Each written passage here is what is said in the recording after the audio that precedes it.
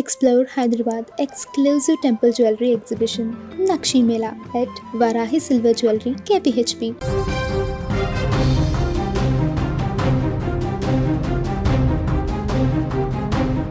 Social మీడియాలో Nandu's world పేరుతో family vlogs చేస్తూ లక్షలాది మంది సబ్స్క్రైబర్లను సంపాదించుకున్న సెలబ్రిటీ జంట రమానందన మధుకర్ జాగర్లమూడి కేసు ఇప్పుడు తెలుగు రాష్ట్రాల్లో సంచలనంగా మారింది.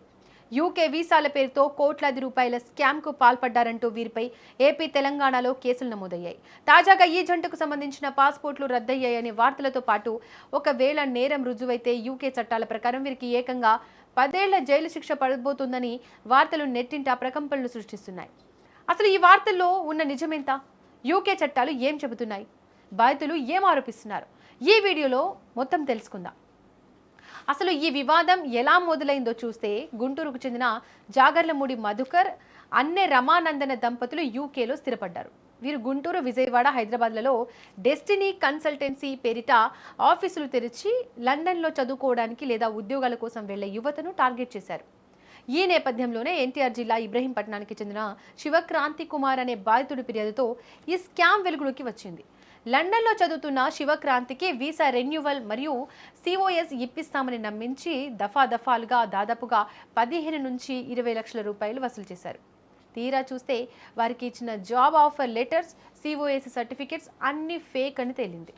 బాధితుడు నిలదీయడంతో వారు రెస్పాండ్ అవ్వడం మానేశారు.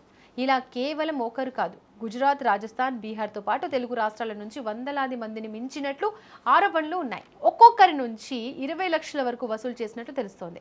దీంతో బాధితుల ఫిర్యాదులను తీవ్రంగా పరిగణించిన ఎన్టీఆర్ జిల్లా ఇబ్రహీంపట్నం పోలీసులు రమానందన, ఆమె భర్త మధుకర్ మరియు ఇండియాలో ఉన్న మధుకర్ తండ్రి మోహన్ రావుపై కేసులు నమోదు చేశారు. ఈ దంపతులు ప్రస్తుతం యూకేలో తలదాచుకోవడంతో వారు ఇండియాకు రాకుండా తప్పించుకోవడానికి ఉండేందుకు పోలీసులు అత్యంత కీలకమైన లుకౌట్ నోటీసులు జారీ చేశారు.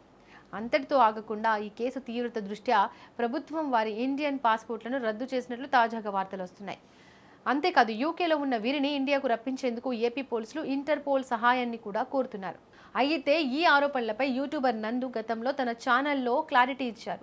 తమపై కొందరు వ్యక్తిగత కక్షతో నెగిటివ్ ప్రచారం చేస్తున్నారని, తమ పేర్లు వాడుకొని ఇండియాలో ఎవరో డబ్బులు వసూలు చేస్తున్నారని ఆమె వాదించారు. కానీ పోలీసులు మాత్రం ప్రాథమిక ఆధారాలు ఉన్నాయనే కేసు ముందుకు తీసుకెళ్తున్నారు. ఇక యూకే చట్టం ప్రకారం ఉద్యోగాలు ఇప్పిస్తామని నకిలీ ఇవ్వడం తీవ్రమైన నేరం. మోసపూరిత ప్రాతినిధ్యం ద్వారా డబ్బులు వసూలు చేస్తే గరిష్టంగా 10 సంవత్సరాల జైలు శిక్ష లేదా భారీ జరిమానా లేదా 2 విధించే అవకాశం ఉంది.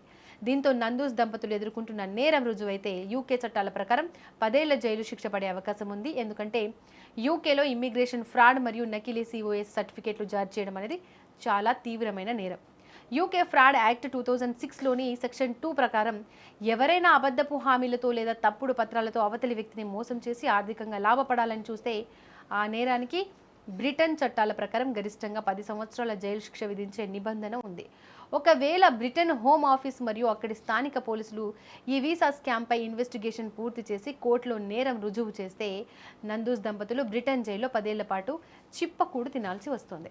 యూట్యూబ్లో ఎంతో సైలెంట్గా పద్ధతిగా వ్లాగ్స్ చేసుకునే ఈ జంట వెనుక ఇంత పెద్ద స్కామ్ స్టోరీ ఉందనే విషయాన్ని సబ్స్క్రైబర్లు జీర్ణించుకోలేకపోతున్నారు.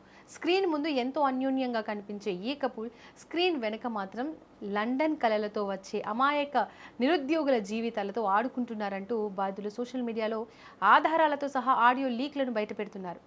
ఒక సెలబ్రిటీ స్టేటస్ను అడ్డం పెట్టుకొని కన్సల్టెన్సీ బిజినెస్ రన్ చేయడం, నకిలీ పత్రాలు ఇవ్వడం వల్లే ఈరోజు లండన్ వీధుల నుంచి ఈ జంట పారిపోయే పరిస్థితి వచ్చిందని నెటిజన్లు కామెంట్ చేస్తున్నారు.